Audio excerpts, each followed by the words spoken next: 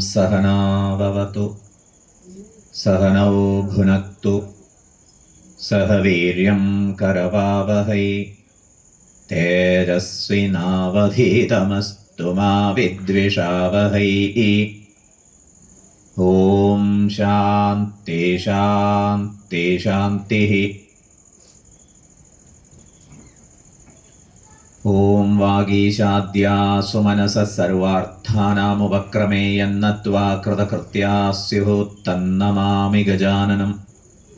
दोर्भिर्युक्ता चतुर्भिस्फटिकमणिमयीम् अक्षमालां दधाना हस्तेनैकेन पद्मं सितमपि च शुकं पुस्तकं चापरेण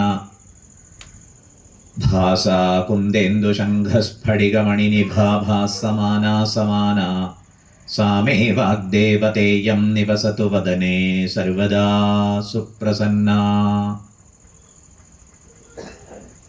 ब्रह्मानन्दं परमसुखदं केवलं ज्ञानमूर्तिं द्वन्द्वातीतं गगनसदृशं तत्त्वमस्यादिलक्ष्यम् एकं नित्यं विमलमचलं सर्वधी साक्षिभूतं भावातीतं त्रिगुणरहितं सद्गुरुं तं नमामि। ॐ सदाशिवसमारम्भां शङ्कराचार्यमध्यमाम् अस्मदाचार्यपर्यन्तां वन्दे गुरुपरम्पराम्। यस्मिन् सर्वं यतः सर्वं यः सर्वं सर्वदृक्तथा सर्वभावपदातीतं बोधानन्दं स्मराम्यहम्। यं ब्रह्मा वरुणेन्द्ररुद्रमरुतः स्तुन्वन्ति दिव्यैस्तवैः वेदैः साङ्गपदक्रमोपनिषदैः गायन्ति यं सामगाः ध्यानावस्थिततद्गतेन मनसा पश्यन्ति यं योगिनो यस्यां तं न विदुः सुरासुरगणाः देवाय तस्मै नमः। यस्यां तं न विदुः सुरासुरगणाः देवाय तस्मै नमः।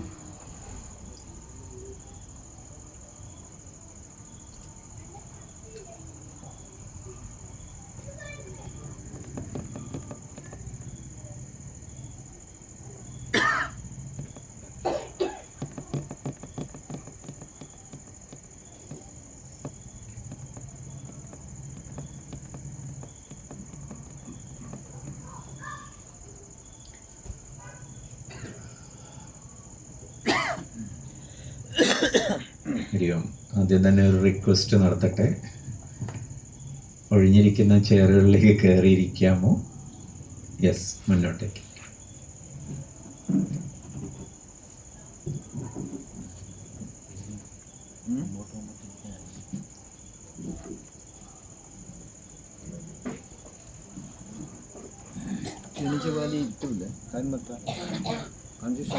നാളെ തൊട്ടത് പറയാനിട വരാതിരുന്നോട്ടെ.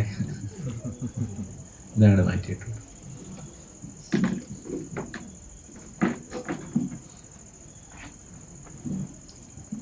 വളരെ സന്തോഷം.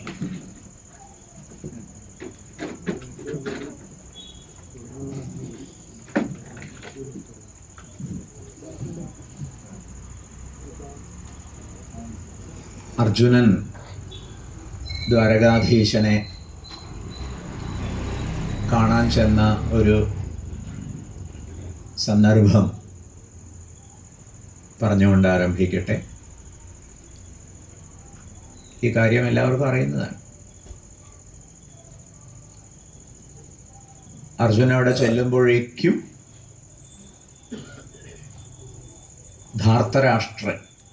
ധൃതരാഷ്ട്രപുത്രൻ ദുര്യോധനൻ ഓൾറെഡി എത്തിച്ചേർന്നിരിക്കും. ഇപ്പൊ സന്ദർഭം വ്യക്തമായി എന്ന് വിചാരിക്കട്ടെ.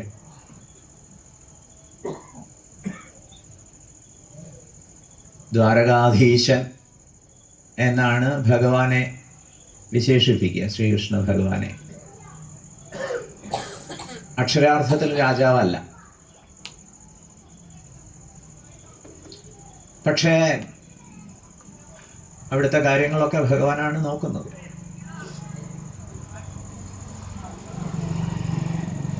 ഭഗവാൻ ഉറങ്ങുകയാണ്.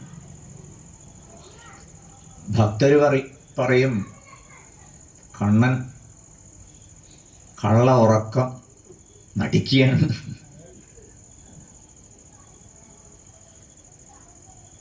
ദുര്യോധനാകട്ടെ ഭഗവാന്റെ ശിരസ് ഉള്ള ഭാഗത്ത് നേരത്തെ സജ്ജമാക്കി വെച്ച ഇരിപ്പിടത്തിൽ ഉപവിഷ്ടനായിരിക്കുന്നു. പാർത്ഥൻ ഭഗവാന്റെ പാദങ്ങളെ ആശ്രയിക്കും പ്രകാരം താഴെ നിലത്ത് ഉപവിഷ്ടനായി. ഈ ഒരു രംഗം എല്ലാവർക്കും മനസ്സിൽ കാണാൻ സാധിക്കുമല്ലോ അല്ലേ? എത്രയുമായപ്പോഴേക്കും പാർത്ഥനും വന്നിരുന്നു എന്ന് ഉറപ്പായപ്പോൾ കണ്ണൻ പതിയെ കണ്ണു തുറന്നു. കാണുക സ്വാഭാവികമായിട്ടും അർജുനനെ കണ്ടു ബോധിച്ചു. എന്തേ വന്നത് പാർത്ഥാന്ന് ചോദിച്ചപ്പോൾ പാർത്ഥനാകെ ഒരു വല്ലായിക. അന്നത്തെ കാലത്ത് അതൊക്കെ വളരെ ഗൗരവത്തിലെടുക്കും. ഇന്നാണെങ്കിൽ താൻ വന്ന കാര്യം ആദ്യം അങ്ങോട്ട് പറഞ്ഞ് ചോദിക്കേണ്ടത് ചോദിക്കുക എന്നൊക്കെ തീരുമാനിച്ചു കളയും. അർജുനന്റെ വ്യാകുലതയ്ക്ക് കാരണം എന്താണ്? ആദ്യം വന്നത് താനല്ല. അതുകൊണ്ട് ഭഗവാൻ അന്വേഷിക്കേണ്ടത് ആദ്യം മുകളിലൊരാളിരിക്കുന്നുണ്ട്. അപ്പൊ അർജുനൻ കണ്ണുകൊണ്ട് ഇങ്ങനെ കാണിച്ചു കാണും. അപ്പൊ ഭഗവാൻ ദുര്യോധനോ നേരായോ വന്നിട്ട് എന്തേ രണ്ടുപേരും കൂടി വന്നു? എടുത്തു പറയുമ്പോൾ നമുക്ക് കുറച്ച് ഭാവനയൊക്കെ കലർത്തി പറയാം. ഭഗവാൻ വേദവ്യാസലൊന്നും എഴുതി വെച്ചിട്ടുണ്ടാവില്ല. യുദ്ധമൊക്കെ വേണ്ടാന്ന് വെച്ചോ, രണ്ടുപേരും കൂടി വന്നുകൊണ്ട് എന്നൊക്കെ ഭഗവാൻ ചോദിച്ചു എന്നൊക്കെ ഇങ്ങനെ ഭാവനയിൽ കാണാമെന്ന് പറയുക. ദുര്യോധനൻ വളരെ ഗൗരവത്തിൽ വന്ന കാര്യം പറഞ്ഞു. യുദ്ധം സമാഗതമാകുന്നു. സൈന്യം അഭ്യർത്ഥിക്കാൻ വന്നതാണ്. ഭഗവാൻ പറഞ്ഞു വളരെ സന്തോഷം. നാരായണീയ സൈന്യത്തെ ചോദിച്ചു വന്നതാണ്. ആവാം. പാർത്ഥൻ വന്നതോ സൈന്യം ചോദിച്ചു വന്നതാണ്. ഭഗവാൻ നിസ്സഹായത അഭിനയിച്ചുകൊണ്ട് പറഞ്ഞു, ഞാനിപ്പോ ആർക്കാ സൈന്യത്തെ തരിക? രണ്ടുപേരും എനിക്ക് ഒരുപോലെ പ്രിയങ്കരരാണ്. അതുകൊണ്ട് ഞാനൊരു വിഭജനം നടത്താം. സൈന്യത്തെ വിഭജിക്കാൻ പറ്റില്ല, കാരണം അതിന് സൈന്യത്തിനൊരു അച്ചടക്കമൊക്കെ ഉണ്ടാവുമല്ലോ. അപ്പോൾ വിഭജിച്ചാൽ വലിയ ബുദ്ധിമുട്ടാവും. എന്താ വിഭജനം? ഒരാള് സൈന്യത്തെ ചോദിച്ചോളാം, മറ്റേ ആളുടെ കൂടെ ഞാൻ വരാം. ഇതാണ് വിഭജനം. കേമയില്ലേ? പോരാ, ഞാൻ ആയുധം കൈകൊണ്ട് തൊടില്ല. ഒരു യുദ്ധ സന്ദർഭത്തിൽ ആയുധമെടുക്കാത്ത ഒരാളെയാണോ സ്വീകരിക്കുക, അതോ സൈന്യത്തെയാണോ സ്വീകരിക്കുക? സാമാന്യ ബുദ്ധിയുള്ളവർ അവിടെ സൈന്യമല്ലേ ആവശ്യം ചോദിക്കുക. ആട്ടെ, ഇത് വാഗ്ദാനം ചെയ്യുകയാണ്. അപ്പൊ അതാരാ ചോദിക്കുക? ആദ്യം ഞാൻ കണ്ടത് അർജുനനെ ആയതുകൊണ്ട് അർജുനൻ ചോദിക്കട്ടെ. ഇപ്പൊ ദുര്യോധനന് അത് ഇഷ്ടമായില്ല. എങ്ങാൻ സൈന്യത്തെ ചോദിച്ചു കഴിഞ്ഞാൽ പിന്നെ ഇങ്ങേരെയും കൊണ്ടുപോകേണ്ട കാര്യമൊന്നും എനിക്കില്ല. അപ്പൊ കിട്ടുകയാണെങ്കിൽ സൈന്യത്തിൽ തന്നെ വേണം. ദുര്യോധനൻ പറഞ്ഞു ഞാനാണ് ആദ്യം വന്നത്. അപ്പൊ ഭഗവാൻ പറഞ്ഞു അത് ശരി, സമ്മതിച്ചു. പക്ഷെ ഞാൻ കണ്ടത് ആദ്യം, ഞാൻ വന്നൂലോ. അല്ല, വേറൊരു കാര്യം കൂടി ഉണ്ട്. എന്താ കാര്യം? ഭവാൻ ജ്യേഷ്ഠൻ, ഇവൻ അനുജൻ. അങ്ങനെ ഒരു കൺസിഡറേഷനും കൂടി ഉണ്ട്. എന്നാ ശരി, പാർത്ഥൻ ചോദിക്കട്ടെ. സ്വാമി യുവജനങ്ങളോട് ഈ കഥ കുറച്ചുകൂടി വിഭവങ്ങളൊക്കെ ചേർത്ത് വിസ്തരിച്ച് പറയും. അത്രയൊന്നും നമുക്കിപ്പോൾ ആവശ്യമില്ല. അപ്പൊ അർജുനൻ എന്ത് പറഞ്ഞിട്ടുണ്ടാവും? ഹേ പ്രഭു, അങ്ങയുടെ കാരുണ്യാതിശയത്തിന് മുന്നിൽ ഞാൻ എന്ത് പറയട്ടെ എന്നിങ്ങനെയൊക്കെ അർജുനൻ പലതും പറഞ്ഞതായിട്ടൊക്കെ നമുക്ക് ഭാവനയിൽ കണ്ടു പറയാമല്ലോ. ദുര്യോധന ആ സമയത്തൊക്കെ എന്ത് ചിന്തിക്കേണ്ടാവും? ഈ ചങ്ങാതി ഒന്ന് വേഗം പറഞ്ഞ് തൊലച്ചിട്ട് വേണം കിട്ടുമോ കിട്ടില്ലയോ എന്ന് അറിഞ്ഞു പോവാൻ. ഏതായാലും കഥയായിട്ട് പറയുമ്പോൾ കുറെ എങ്ങനെ വിസ്തരിക്കും എന്നുള്ളത് സൂചിപ്പിച്ചു എന്നേ ഉള്ളൂ. പാർത്ഥനൊടുവിൽ പക്ഷേ സ്വീകരിച്ചത് നിരായുധനായ കൃഷ്ണനെ. കേട്ടില്ലേ? ഭഗവാൻ പറഞ്ഞു, യുദ്ധക്കളത്തിൽ ഞാൻ ഉണ്ടാവാം, ആയുധം എടുക്കില്ല എന്നല്ലേ ഉള്ളൂ. പക്ഷേ എന്നെ കൊണ്ടൊരു ഉപകാരം ഉണ്ടായിക്കോട്ടെ, തേര് തെളിക്കാം. ഭഗവാൻ കൃഷ്ണൻ സാരഥിയായി. കർണൻ ഈ വിഷയത്തിൽ ഒരു നിരീക്ഷണം നടത്തുന്നുണ്ട്. യുദ്ധ സന്ദർഭത്തിൽ ആദ്യം കർണൻ ഇടപെടില്ല. അങ്ങേരുടെ അപകർഷ ചിന്തയുടെ ഒരു അപകടം 3 പ്രാവശ്യം മഹാഭാരതത്തിൽ പറഞ്ഞു വയ്ക്കുന്നുണ്ട്. ഈ ഭീഷ്മര് നിലം പതിക്കാതെ ഞാൻ യുദ്ധം ചെയ്യില്ല. 3 പ്രാവശ്യം. ഒടുക്കം ഭീഷ്മര് നിലം പതിച്ച സമയത്ത് ദുര്യോധനന് സന്തോഷമായി. കാരണം ഇനിയാണ് ശരിക്കുള്ള യുദ്ധം. ഇതുവരെ ചോറിങ്ങും കൂറങ്ങും ഈ പക്ഷത്ത് നിൽക്കുന്നു തന്നെ ഉള്ളൂ. താല്പര്യം മുഴുവൻ മറുപക്ഷത്തോടാണ്. ഭീഷ്മദ്രോണാദികളെ ഉദ്ദേശിച്ചേ ദുര്യോധനൊരു സങ്കോചം ഉണ്ടായിരുന്നു. ഏതായാലും ഇനി കർണൻ പ്രവേശിക്കാൻ പോവുക. അത് വലിയൊരു ആവേശമായിട്ട് കർണൻ്റെ അടുത്ത് ചെന്ന് സംസാരിച്ച സമയത്ത് കർണൻ പറഞ്ഞു, എനിക്ക് ഒരു സങ്കടമുണ്ട്. എന്താ അത്? യോഗ്യനായ ഒരു സാരഥി ഇല്ല എന്നുള്ള പ്രശ്നം. മറുവശത്ത് എനിക്ക് മുഖ്യനായ പോരാളി പാർത്ഥന് യോഗ്യനായ സാരഥിയാണ്. കേട്ടില്ലേ?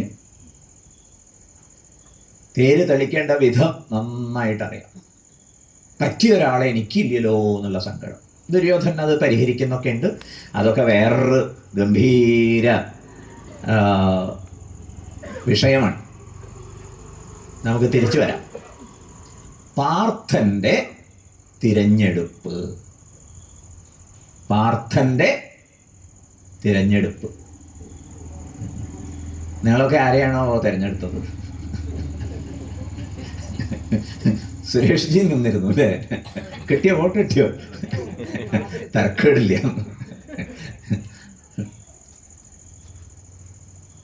ആരെയാ തിരഞ്ഞെടുക്കുക? ഈ വിഷയങ്ങളൊക്കെ ആലോചിച്ച് വേണം വോട്ട് ചെയ്യാൻ പോവാൻ. കേട്ടില്ലേ? എന്തായാലും വോട്ടെടുപ്പ് കഴിഞ്ഞു എന്ന് പറയാം. ഇന്നത്തെ ഭാഷയിൽ ഫലം പ്രഖ്യാപിക്കാൻ ദിവസങ്ങൾ ഉണ്ടാവുമ്പോൾ എക്സിറ്റ് പോൾ ഫലം പ്രഖ്യാപിക്കും. ശരിയല്ലേ? ഇതുപോലെ ഒരു പ്രഖ്യാപനം ഉണ്ടായിട്ടുണ്ട്. ആരാ അത് പ്രഖ്യാപിച്ചത്? നേരത്തെ ഉദ്ഘാടക ഭാഷകൻ സൂചിപ്പിച്ചതുപോലെ യോഗ്യനായ സഞ്ജയൻ. സഞ്ജയനെ കുറിച്ച് പറയുമ്പോൾ ഭാഷ്യകാരന്മാര് ചിലര് സൂചിപ്പിക്കും, സമ്യക്കാകും വണ്ണം ഇന്ദ്രിയ മനോബുദ്ധികളെ നിയന്ത്രിച്ചവൻ. അങ്ങനൊരു പ്രസ്താവന. സഞ്ജയൻ. സഞ്ജയനാണ് എക്സിറ്റ് പോൾ ഫലം പ്രഖ്യാപിക്കുന്നത്. എന്താ പ്രഖ്യാപനം? യത്ര യോഗേശ്വര കൃഷ്ണ യത്ര പാർത്ഥോ ധനുർധരഃ തത്ര ശ്രീവിജയോ ഭൂതിഃ ധ്രുവാ നീത്യമതിം മമ. എങ്ങു യോഗേശ്വരൻ കൃഷ്ണനുണ്ടോ, യോഗേശ്വരനായ കൃഷ്ണൻ എവിടെയുണ്ടോ, വില്ലേന്തിയ പാർത്ഥൻ എവിടെയുണ്ടോ, അവിടെ വിജയം, അവിടെ നീതി, അവിടെ ഐശ്വര്യ സമൃദ്ധി,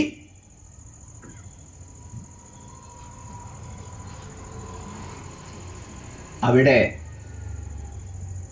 തത്ര ശ്രീഹി വിജയഃ ഭൂതി ധ്രുവാ നീതി. വിജയം, ഐശ്വര്യ സമൃദ്ധി, അതുപോലെ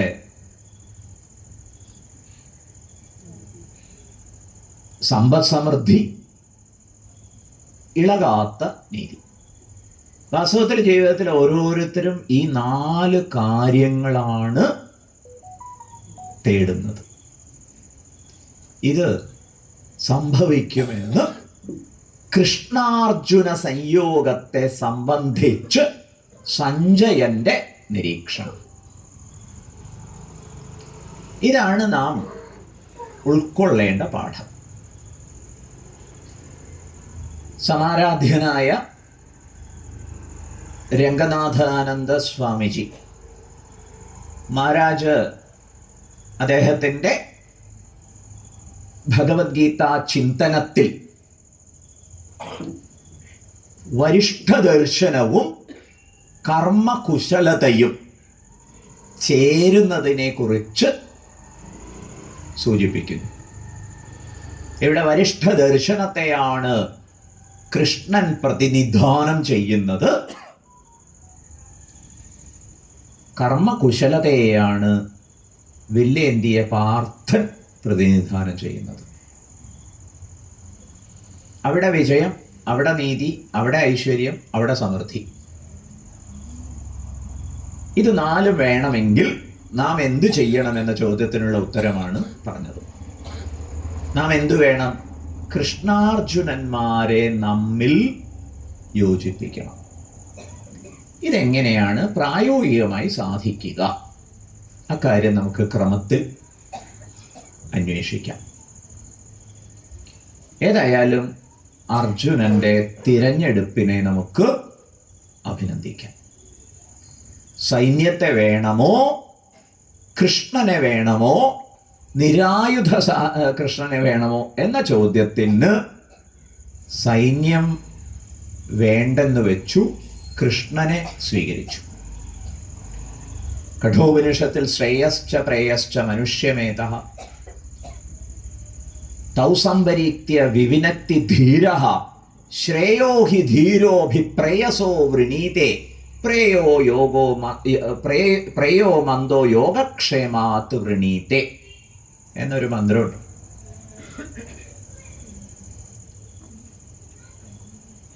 ഏവരെയും 2 കാര്യങ്ങൾ സമീപിക്കുമത്രേ. എന്തൊക്കെയാ സമീപിക്കുക? ശ്രേയശ്ച പ്രേയശ്ച, ശ്രേയസ്സും പ്രേയസ്സും. ഇതിൽ മന്ദബുദ്ധികൾ പ്രേയസ്സിനെ സ്വീകരിക്കും. പ്രേയോ മന്ദോ യോഗക്ഷേമാത് വൃണീതേ. യോഗക്ഷേമം ലക്ഷ്യമാക്കിക്കൊണ്ട്, എന്താ യോഗക്ഷേമം എന്ന് പറഞ്ഞാൽ? അപ്രാപ്തസ്യ പ്രാപ്തി യോഗഃ, പ്രാപ്തസ്യ രക്ഷണം ക്ഷേമഃ. ഇതാണ് ഇപ്പം നമ്മുടെയൊക്കെ ഒരു വിചാരം. പലതും നേടാനുണ്ട് എന്നുള്ള തോന്നലുണ്ടാവുക, അതൊക്കെ നേടിയെടുക്കാൻ ഉദ്യമിക്കുക, നേടിയെടുത്തു കഴിഞ്ഞാൽ അത് സംരക്ഷിക്കാനുള്ള തത്രപ്പാട്. അപ്പം നമ്മളെല്ലാവരും യോഗക്ഷേമത്തിൽ ഫുള്ളി ഇൻവോൾവ് ആണ് എന്ന്. അത് ബുദ്ധിശൂന്യതയാണ് എന്നാണ് കഠോപനിഷത്തിന്റെ പക്ഷം. ധീരന്മാരെന്ത് ചെയ്യുന്നു? ധീരന്മാർ ശ്രേയസ്സിനെ വരിക്കുന്നു. ശ്രേയസ് എന്ന് പറഞ്ഞാൽ ആത്യന്തികമായ നന്മ. ആത്യന്തിക നന്മയെക്കുറിച്ച് നമ്മൾ എപ്പോഴാ ചിന്തിക്കുക? കിട്ടിയതിനെ കുറിച്ച് വിവേചനത്തോടെ വിശകലനം ചെയ്യാൻ തയ്യാറാവുമ്പോൾ കിട്ടിയതിൻ്റെ അന്തസ്സാര ശൂന്യത മനസ്സിലാവും. അങ്ങനെ മനസ്സിലാവുമ്പോഴാണ് ഇതൊന്നുമല്ല വേണ്ടത് എന്നുള്ള തിരിച്ചറിവുണ്ടാവുക.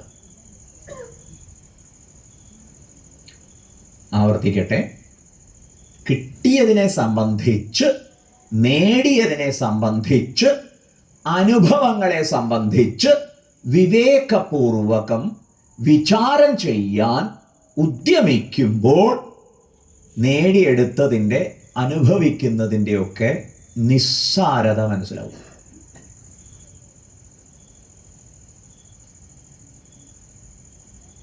കിം പ്രജയ കിമനേന ധനേന, ഇതൊക്കെ കൊണ്ട് എന്താ കാര്യം എന്നൊരു തോന്നൽ വരും. ആ തോന്നൽ ഒരു അനുഗ്രഹമായിട്ടാണ് ചിത്രീകരിക്കുക. ആ തോന്നൽ വൈരാഗ്യമാണ്. വൈരാഗ്യം എന്ന് പറഞ്ഞാൽ വിരോധമല്ല കേട്ടോ, ഇതിലൊരു താല്പര്യമില്ല. അങ്ങനെയുള്ള ഒരു വൈരാഗ്യം വന്നവരെ സംബന്ധിച്ചിടത്തോളം എന്താ വേണ്ടത് എന്നുള്ള ചോദ്യത്തിന് എനിക്ക് ശാന്തി, എനിക്ക് സന്തോഷം, നിർഭയത, സ്വാതന്ത്ര്യം എന്നുത്തരം. അത് അന്വേഷിക്കുന്നവരെയാണ് ശ്രേയോർത്ഥികൾ എന്ന് പറയുക. ഞാൻ ശ്രേയോർത്ഥിയായോ എന്ന് ചോദിക്കാം. ആയില്ല എന്നുള്ളതിനെ കുറിച്ച് ഒട്ടും വിഷമിക്കണ്ട. കേട്ടില്ലേ? എനിക്ക് യോഗക്ഷേമത്തിലാണ് താല്പര്യം. ഗുഡ്. അപ്പം അത് ഭംഗിയായിട്ട് ഉത്സാഹിച്ചോളാം. കേട്ടില്ലേ? വൈരാഗ്യം എന്നത് ഒരു പക്വതയാണ്, വിചാരം കൊണ്ടുണ്ടാവുന്ന പക്വതയാണ്. അത് യഥാകാലം സംഭവിച്ചു. യോഗക്ഷേമ താല്പര്യമുള്ളവർ പാലിക്കേണ്ടുന്ന ഒരു പ്രോട്ടോകോൾ ഉണ്ട്. വൈദിക ഭാഷയിൽ പറയുക വിഹിത കർമ്മം ചെയ്യണം എന്ന്, നിഷിദ്ധ കർമ്മം ചെയ്യരുത് എന്നുള്ള പ്രോട്ടോകോൾ. അതാണ് നമ്മൾ ആദ്യം പരിഗണിക്കേണ്ടതും അനുസരിക്കേണ്ടതും. എന്താ വിഹിത കർമ്മം, എന്താ നിഷിദ്ധ കർമ്മം? ലളിതമായ ഭാഷയിൽ പറഞ്ഞാൽ വിഹിത കർമ്മം അന്യന് ദ്രോഹം ചെയ്യാതിരിക്കുകയല്ല. നാരായണ ഗുരുദേവൻ വളരെ ലളിതമായി പറഞ്ഞു തന്നിട്ടുണ്ട്. അവനവൻ ആത്മസുഖത്തിനാചരിക്കുന്നവ അപരന് സുഖത്തിനായി വരയണം. കേട്ടില്ലേ? പരദുഃഖത്തെ സ്വദുഃഖമായി പരിഗണിക്കാൻ സാധിക്കുക, സ്വസുഖത്തിന് വേണ്ടിയുള്ള ഉത്സാഹം പരദുഃഖപ്രദായകമാവാതിരിക്കുക. വ്യക്തമാവുന്നില്ലേ? ഈ ഒരു അച്ചടക്കം പാലിച്ചുകൊണ്ട് കർമ്മങ്ങൾ ചെയ്തു തുടങ്ങിയാൽ അതിൽ ഇവരീ പറയുന്ന മാനവികത ഉണ്ടാവും, അതിൽ ഇവരീ പറയുന്ന ജനാധിപത്യം ഉണ്ടാവും. കേട്ടില്ലേ? അതാണ് വൈദിക നിർദ്ദേശം. അപരന് ഉപദ്രവം ചെയ്യാതിരിക്കുക, അവരവരുടെ മുന്നേറ്റം ഉറപ്പാക്കുക. അങ്ങനെ അവരവരുടെ മുന്നേറ്റം ഉറപ്പാക്കുമ്പോൾ അത് ഏവർക്കും ഗുണകരമാവണം എന്നുള്ള ഒരു കരുതലുണ്ടായിരിക്കുക. വേദവിഹിത കർമ്മത്തെ ലളിതമായി ഇങ്ങനെ മനസ്സിലാക്കാം.